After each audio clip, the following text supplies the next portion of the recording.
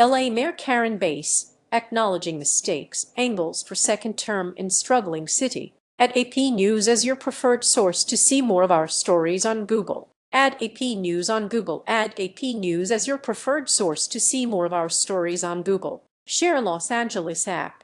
After a shaky first term framed by a devastating wildfire and an ongoing struggle with widespread homelessness, Democratic Los Angeles Mayor Karen Bass is looking for a return trip to City Hall Tuesday while facing challenges from both ends of the political spectrum.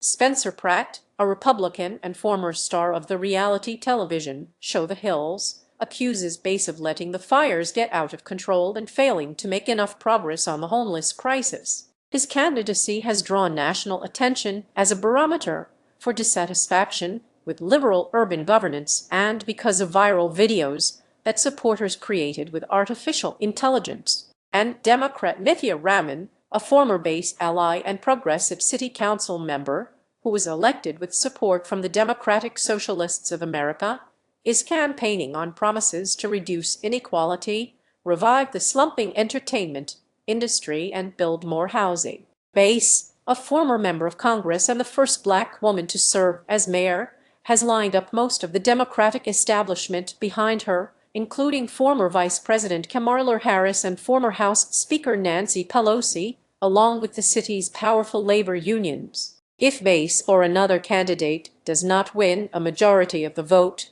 the race will go to a runoff in November. Political observers say that's likely because there are 14 names on the ballot, including tech entrepreneur Adam Miller and community activist Ray Wong. Read more. The race is unfolding at an unsettled time for LA.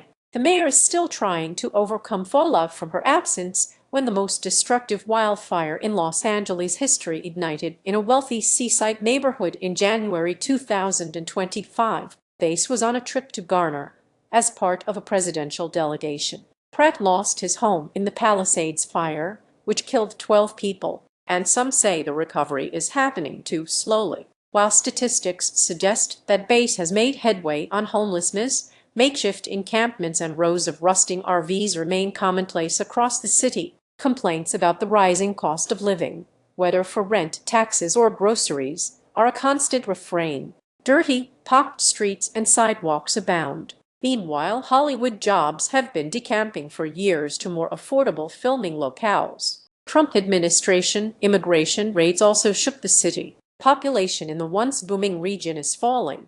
Los Angeles County lost about 54,000 people from July 2024 to July 2025, the largest numeric population drop in the nation, according to federal figures. Crime statistics are down, but public safety is still an issue. World Cup games begin in Southern California in June, and Los Angeles is readying to host the 2028 Olympics. The federal government spearheads security at the Olympics, but there are already concerns that the Los Angeles Police Department will not have adequate funding or personnel to hold up its end of the job. Bass has acknowledged making missteps but argued that a drop in homelessness and a historically low homicide rate show she is making progress. "I'll keep fighting for LA," she said. Pratt has focused his campaign on reducing homelessness and boosting police ranks, arguing that an outsider is needed to shake up City Hall. Looking to tap into voter frustration,